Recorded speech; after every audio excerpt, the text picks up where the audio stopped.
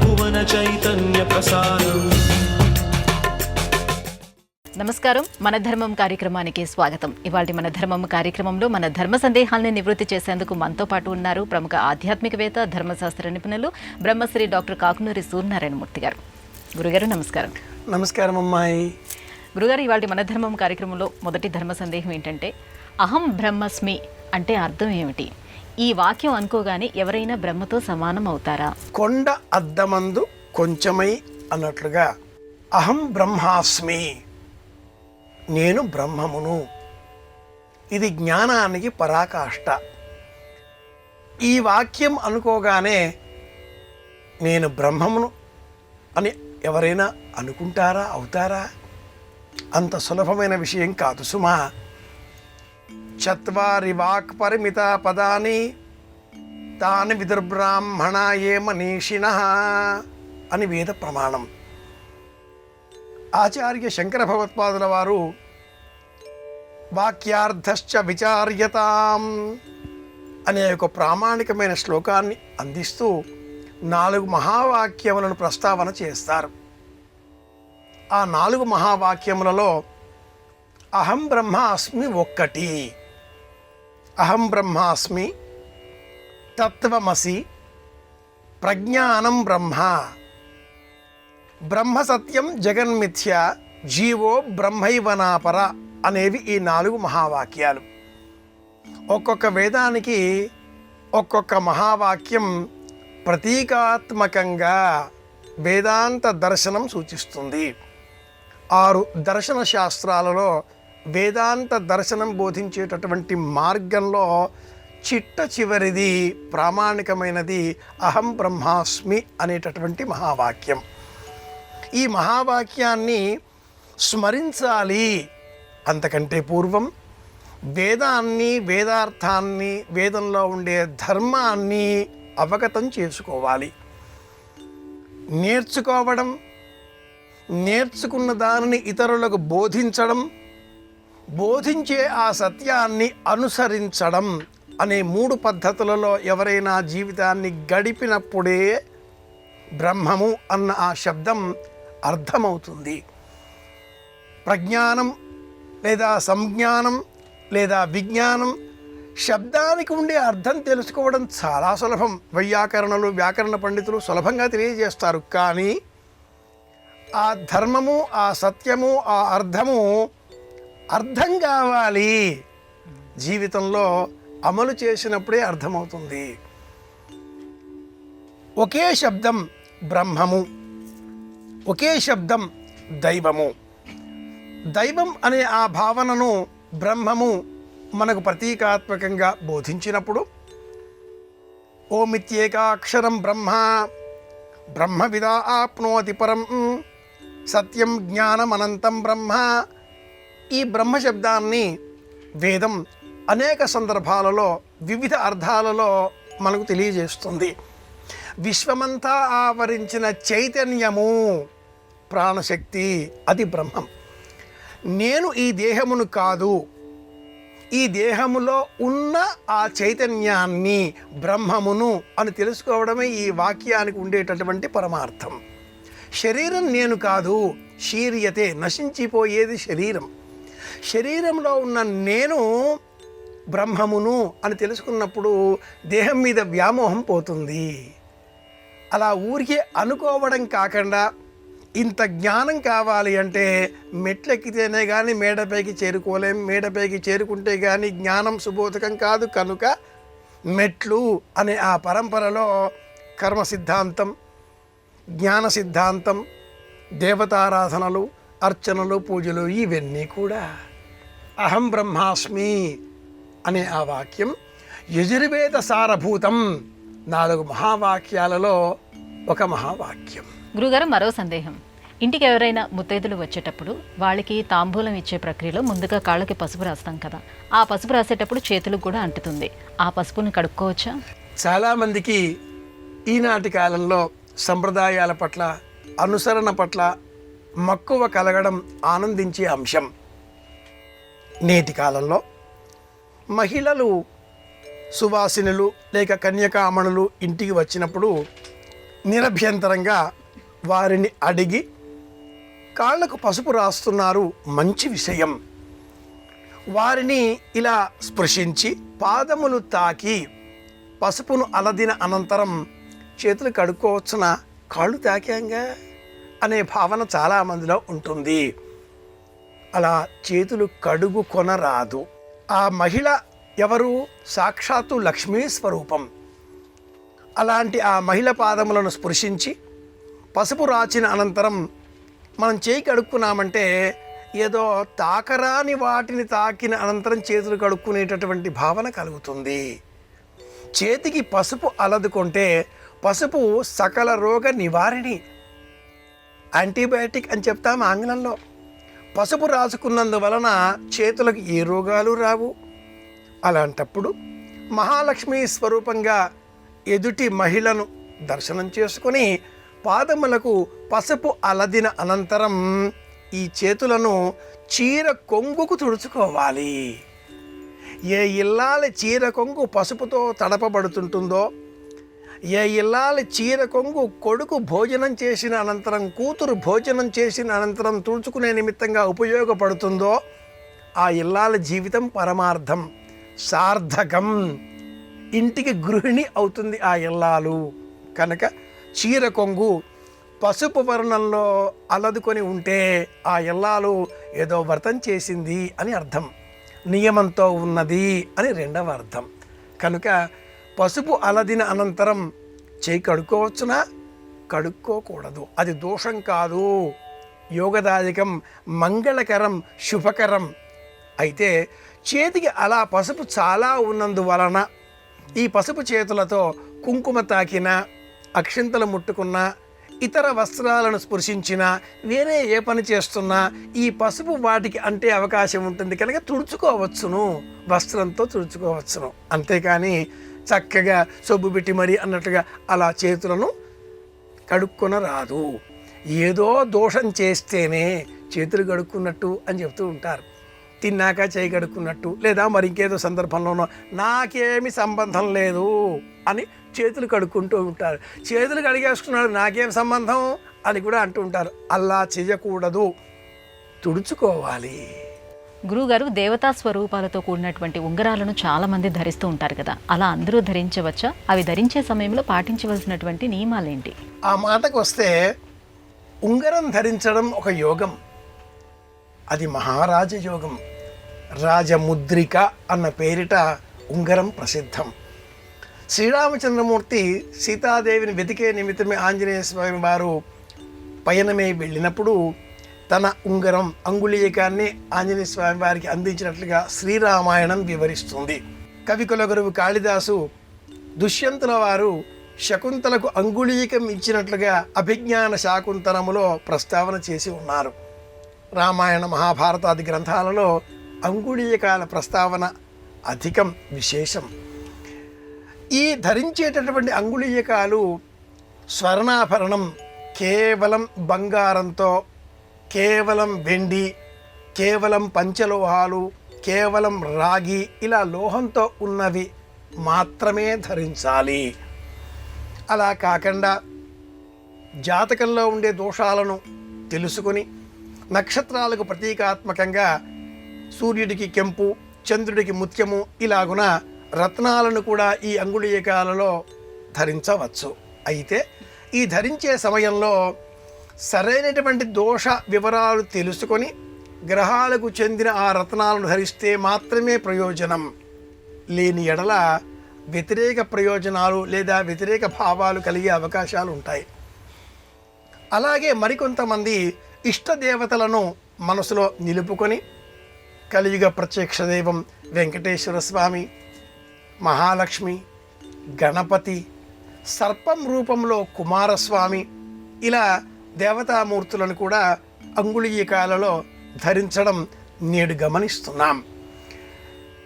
చేతికి సమయాన్ని సూచించే నిమిత్తమే ధరించేటటువంటి వాచి, గడియారాన్ని కూడా నేటి కాలంలో అంగుళీయక రూపంలో కూడా ధరిస్తున్నారు. ఇలా కూడా లభిస్తున్నాయి. అయితే దేవతామూర్తులను అంగుళీయకంగా ధరించేటటువంటి సమయంలో అనేక నియమాలు పాటించాలి. దైవాన్ని దైవం ఉండే స్థానంలో ఉంచి పూజించాలి, అంతేకాని వెంట పెట్టుకుని తిరగడంలో చాలా జ్ఞానం ఉంటుంది. నేనే దైవం, నాలోనే దైవం ఉన్నది అనేటటువంటి ఆలోచనకు పరాకాష్ట అంగుళీయక రూపంలో దైవతా స్వరూపాన్ని ధరించడం. ఈ వేలికి ఇలా మనం లక్ష్మీ స్వరూపం, ఈ వేలికి వెంకటేశ్వర స్వరూపం ఇలా ధరించిన తర్వాత ఈ చేతితో ఎలాంటి పనులు చేయాలి? తల గోక్కోవచ్చునా, కంటిలో నలుసు తీయవచ్చునా, ఇతర దేహంలో ఏదైనా ఇబ్బంది కలిగినప్పుడు ఈ చేతి వేళ్లను ఈ చేతులను వినియోగించి రకరకాలుగా అవస్థలను ప్రకటిస్తూ ఉంటాం కదా. ఎదుటివారు ఎలాంటి పరిస్థితిలో ఉన్నారో తెలియదు, వారితో కరచాలనం చేస్తూ ఉంటాం కదా. చెయ్యి అందించే జాతి కాదు మనది, చెయ్యి ఇచ్చే జాతి కాదు మనది, రెండు చేతులు జోడించే జాతి. కానీ పాశ్చాత్య అభిప్రాయాలతో ఇలా షేకింగ్ హ్యాండ్స్ కరచాలనం చేసినప్పుడు ఈ చేతికి దేవతా ముద్రిక, రాజముద్రిక వలె ఉన్నప్పుడు ఎంత జాగ్రత్తగా ఉండాలి? ధరించకూడదు. అథవా ధరించినట్లయితే ఈ చేతిని వినియోగించి ఏ పదార్థం పడితే ఆ పదార్థం తినకూడదు. అంగుళీయకాన్ని తీసి మళ్ళీ బ్యాగులోనూ, అంటే వ్యానిటీ బ్యాగ్ కావచ్చు, పర్సు కావచ్చు, భద్రపరచుకోవాలి.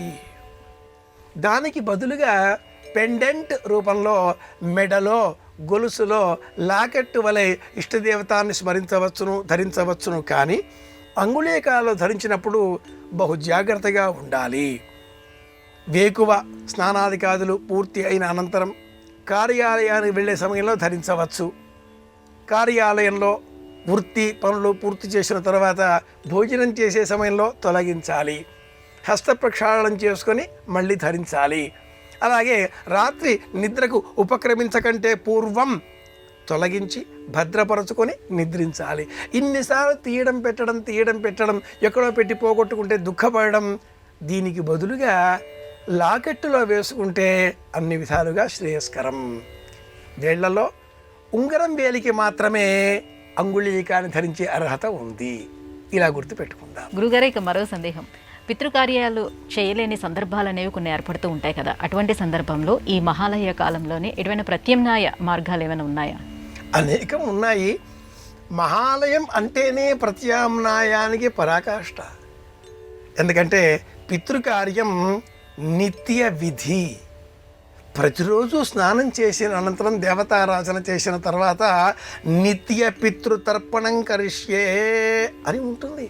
ప్రతిరోజు మనం స్నానాదిగాదులు పూర్తి చేసిన తర్వాత స్నానం, సంధ్యా జపో హోమో దేవతానాంచ పూజనం ఆతిథ్యం వైశ్వదేవంచ. ఈ క్రమంలో షట్కర్మలలో షట్కర్మ దినే దినే, ఇందులో బ్రహ్మయజ్ఞేన యక్ష్యే, బ్రహ్మయజ్ఞము, బీదసాదలకు అన్నం అందించడం, శునకము, వాయసము, పక్షులు ఆహారాన్ని అందించడం, కుటుంబం అందరికీ ఆహారం అందేలాగా చూడడం, జ్ఞానం అన్వేషణ కోసం గ్రంథం చదవడం, ఇవన్నీ ఎలాగో పితృకార్యం కూడా అలాగే.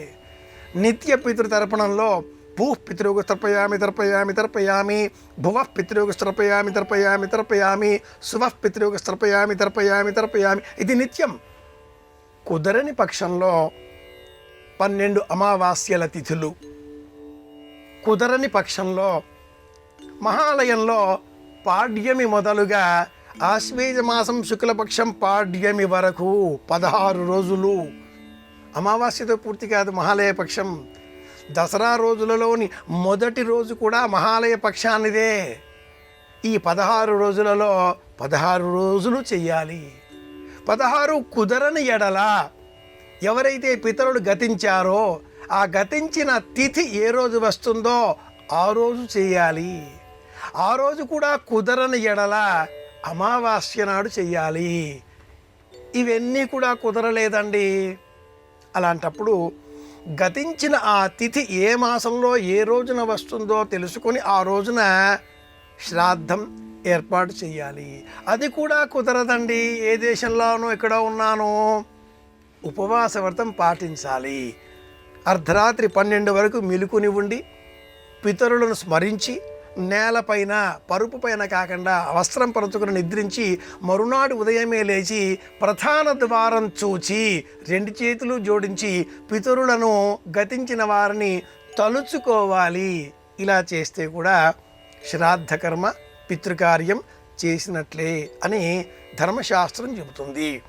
మరిన్ని ఈ విషయంలో ధర్మశాస్త్ర సంబంధిత జ్ఞానం పెంచుకోవడం కోసం యల్లాజీయం అనే ధర్మశాస్త్ర గ్రంథాన్ని పరిశీలిస్తే తెలుస్తుంది. గరుడ పురాణం చెబుతూ ఉంటారు, కానీ శాస్త్రం ధర్మం తెలుసుకోవాలి అంటే మట్టుకు యల్లాజీయం సప్రమాణికమైనటువంటి ధర్మశాస్త్ర గ్రంథం.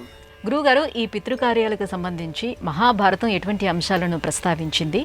పితృకార్యాలు అనేవి శుభ కార్యక్రమమా అశుభ కార్యక్రమమా? పితృకార్యక్రమం శుభ కార్యక్రమం. ఇందులో అశుభం అన్న శబ్దం లేదు. ప్రేత కార్యక్రమం అశుభం. అనాహూయాద్వరం గచ్చేత్ ఆహూతేపి శుభాని చ ఆహూయాద్ అనహూయాద్ వా నగచ్చేత్ ప్రేతకర్మసు అని ప్రమాణం. శరీరాన్ని పార్థివదేహంగా మారిన శరీరాన్ని దహనం చేసిన అనంతరం 10 రోజుల పాటు మాత్రమే అశుభ కార్యం. తదుపరి మనం చేసేటటువంటి ధర్మకార్యాలలో 10వ రోజు నాడు కూడా శ్రాద్ధం చేసే సమయంలో పసుపు కుంకుమ ఆ వేదిక పైన అలంకరిస్తారు. చందనంతో మండపం ఏర్పాటు చేస్తారు. రుద్రరూపాన్ని ఆవిష్కరించే సమయంలో వసురుద్ర ఆదిత్య రూపాలుగా పితరులను నిర్ధూమధామంగా ఆలోచనలతో ఇలా చేసిన అనంతరం అది శుభకార్యం. కనుకనే వివాహంలో కూడా శ్రాద్ధ మంత్రాలు ఇవన్నీ కూడా వస్తాయి. నాంది ముఖ నాంది ముఖ అంటూ చెబుతారు. ఇలాంటి ఈ తరుణంలో పితృకార్యం అనగానే పలువురిలో ఒక భయం. అలా కూడదు.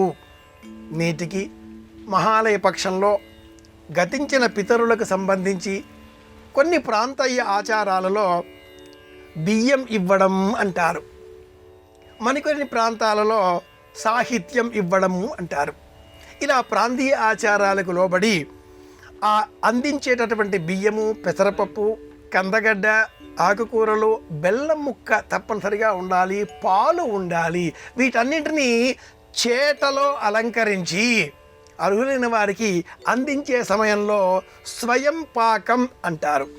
బెల్లం ఉన్నప్పుడు ఈ పదం స్వయం పాకం అనవలసి ఉంటుంది.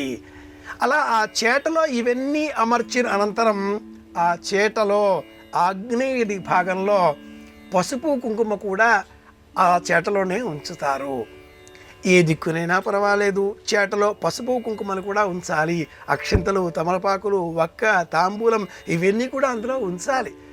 ఎక్కడైతే పసుపు కుంకుమలు వినియోగిస్తారో అది శుభకార్యం.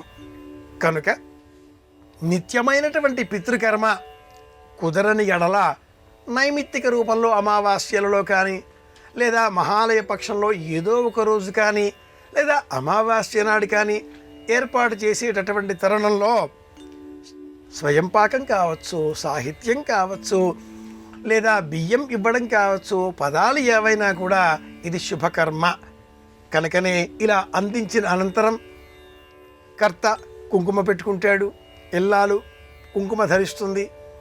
ఇంట్లో అంతా ఒక పండగ వేడుక వలె నిర్వహిస్తారు. భయపడే అవసరాలు లేవు. గతించిన పితరులను తలుచుకుని మనం ఇలా కర్మ చేసినట్లయితేనే వాళ్ళు ఆనందించి మళ్ళీ మన కుటుంబంలోనే జన్మిస్తారు. పుట్టే పిల్లలకు పోలికలు వెతుకుతూ ఉంటాం. తాతగారిలాగా, బామ్మగారిలాగా అచ్చం నీ బుద్ధులు ఎక్కడికి పోతాయి, మీ వాళ్ళే దిగారు. కోపాల్లో కూడా మాట్లాడే సమయంలో పోలికలే వెతుకుతూ ఉంటారు కదా, వాళ్ళే మళ్ళీ రావాలి. మనం కృతజ్ఞతాపూర్వకంగా పితృకార్యాలని భయంతో కాకుండా అభిమానంతో చేయాలి. కావలసిందల్లా ప్రేమ. కనుక పితృకార్యం శుభకార్యమే, అశుభం కాదు. ప్రేతకార్యం అశుభం. ఇది ప్రమాణం. గురుగారు, వివాహాది శుభ కార్యక్రమాలలో సంకల్పం, గోత్రం చెప్తూ ఉంటాం కదా, దీనివల్ల కలిగే ఫలితాలు ఏమిటి? వివాహం కానీ లేదా అనేక పలు సందర్భాలలో మీరెవరు అన్నప్పుడు తండ్రి, తాత, ముత్తాత వాళ్ళ పేర్లు చెప్పడం ఒక ఆచారం. వ్యాసం వసిష్ఠ నప్తారం శక్తే పౌత్రమకల్మషం పరాశరాత్మజం వందే శుకతాతంతపోనిధిం. తలుచుకున్నప్పుడు ఎవరి వ్యాసుడు అంటే వశిష్ఠుని మునిమనుమడు, ఇలా చెప్పుకుంటూ వస్తుంది శాస్త్రం, సంప్రదాయం, పురాణ విజ్ఞానం. అదేవిధంగా మన గృహాలలో కూడా వివాహాలు అవుతున్న సమయంలో నప్త్రీం పౌత్రీం పుత్రీం కన్యాం నప్త్రే పౌత్రాయ పుత్రాయ వరాయ అంటూ అమ్మాయికి సంబంధించి ముత్తాత తాత తండ్రి, అబ్బాయికి సంబంధించి కూడా నప్త్రే అనాలి. ముని మనమడు మనమడు కొడుకు ఇలా చెప్పాల్సి వస్తుంది. ఇలా ఎందుకు చెబుతున్నారు? వాళ్ళు మళ్ళీ ఈ గృహంలో పుట్టాలి. 7 తరాలకు ఒకరు ప్రతినిధిగా ఉన్నారు. గతించిన ఆ తండ్రి ముత్తాత తాత తండ్రి రాబోయే తరాలైనటువంటి కొడుకు మనమడు ముని మనమడు ఆ ముగ్గురికి ఈ ముగ్గురికి వెరసి ఇప్పుడు ఈ బాధ్యతగా పీటల మీద కూర్చుని వివాహం చేసుకునే వ్యక్తి లేక అమ్మాయి బాధ్యులవుతున్నారు.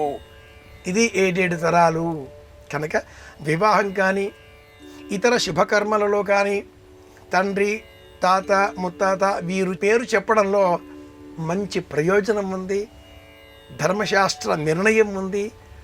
గృహం కళకళలాడుతూ శోభించాలి, అందరికీ ఆనందం కలిగించాలి అంటే మట్టుకు గతించిన పితరులను తలుచుకోవడం తప్పనిసరి.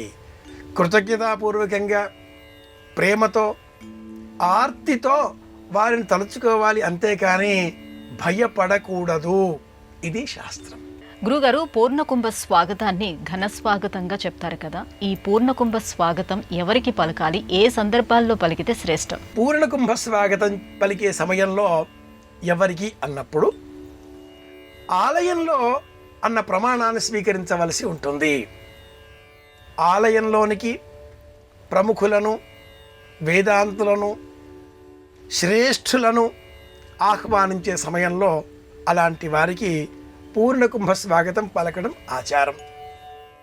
పీఠాధిపతులకు, యతీశ్వరులకు, ఎవరైతే ప్రామాణికంగా జీవితాన్ని నడిపి ధర్మాన్ని లోకానికి ప్రచారం చేసే విధంగా ఉన్నారో అలాంటి వారికి మాత్రమే విశేషంగా ధర్మబద్ధమైనటువంటి జీవితం గడుపుతూ బ్రహ్మచర్యము, గృహస్థము, వానప్రస్థము, సన్యాసము అనే 4 ఆశ్రమాలలో బ్రహ్మచర్యము, గృహస్థము ఈ ఆశ్రమాలో ఉన్న వారికి కాకుండా ఎవరైతే వానప్రస్థము, సన్యాసము ఈ జీవితాన్ని గడుపుతున్నారో వారికి మాత్రమే పూర్ణకుంభ స్వాగతం. గృహస్థ ధర్మంలో ఉన్న వారికి లేదు అని కూడా శాస్త్రం. గృహస్థు అందరికీ ఆదర్శంగా తాను కార్యాన్ని నిర్వహించాలి. ఆలయంలో, గర్భాలయంలో స్వామి ఎదరగా ఆయన దృక్కులని చూచే నిమిత్తమై నందీశ్వరుడు శివాలయంలో, ఆంజనేయుడు విష్ణువాలయంలో, ఒంటె లేక ఉష్ట్రము లేక వాహనాదులు ఆయా దేవతల పరివారక రూపాలలో ఉన్నప్పుడు ఆంజనేయ స్వామివారి ఆలయంలో, ఇతర దేవీ దేవతా సంబంధంగా ధ్వజస్తంభం చూస్తూ ఉంటాం. ఆ శ్రేష్ఠులు ఎవరైతే వానప్రస్థ సన్యాస జీవితం గడిపేవారు ఉన్నారో సన్యాస జీవితంలో కూడా పటీచకుడు, కుటీచకుడు, హంస, పరమహంస అనే 4 మార్గాలను జీవితంలో అక్షరబద్ధం చేసే విధంగా ప్రవర్తిస్తున్నారో అలాంటి వారికి మాత్రమే పూర్ణకుంభ స్వాగతం. అంతేకాని ఒక కలశం, కొన్ని మామిడాకులు, ఆ పైన కొబ్బరికాయ, ఒక పళ్ళెం, అందులో కాసింత బియ్యం, ఈ కలశం అందులో ఉంచి ఎవరైనా వచ్చినప్పుడు వారి ఎదురుగా ఈ పళ్ళెం పుచ్చుకుని ఎదురుగా రావడం, ఇదంతా కూడా ఈనాటి కాలంలో అవివేకంగా, నాటకంగా మారుతున్న సందర్భాలను మనం చూస్తూ ఉన్నాం. ఎన్సీసీ పరేడ్ అనే ఉదాహరణ తీసుకుంటే ఎవరికంటే వాడికి ఆ పరేడ్లో నమస్కారాలు సమర్పిస్తారా? లేదుగా. సైనిక వందనం ఎవరికంటే వారికి ఇస్తారా? ప్రోటోకాల్, ధర్మం అనేది ఉంది. ప్రోటోకాల్ ఎలాగో ఇక్కడ కూడా పూర్ణకుంభ స్వాగతం అలాగా. కనుక పూర్ణకుంభ స్వాగతం ఆలయంలోనికి ప్రముఖులను ఆహ్వానించినప్పుడు వారు కూడా సన్యాసము, వానప్రస్థము అనే 2 ఆశ్రమ జీవితాలు గడిపేవారైతేనే సుమా వారికి మాత్రమే పూర్ణకుంభ స్వాగతం. గురుగారు, ఇవాళ మన ధర్మం కార్యక్రమంలో మాకు వచ్చినటువంటి ఈ ధర్మ సందేహాలన్నీ కూడా నివృత్తి చేసినందుకు ధన్యవాదాలండి. కృష్ణార్పణం. ఇది ఇవాళ మన ధర్మం కార్యక్రమం. రేపటి మన ధర్మం కార్యక్రమంలో మళ్ళీ కలుసుకుందాం. నమస్కారం. ఈ కార్యక్రమాన్ని తిరిగి చూడాలనుకుంటే www.youtube.com/ETV Life Spiritual లో చూడవచ్చు.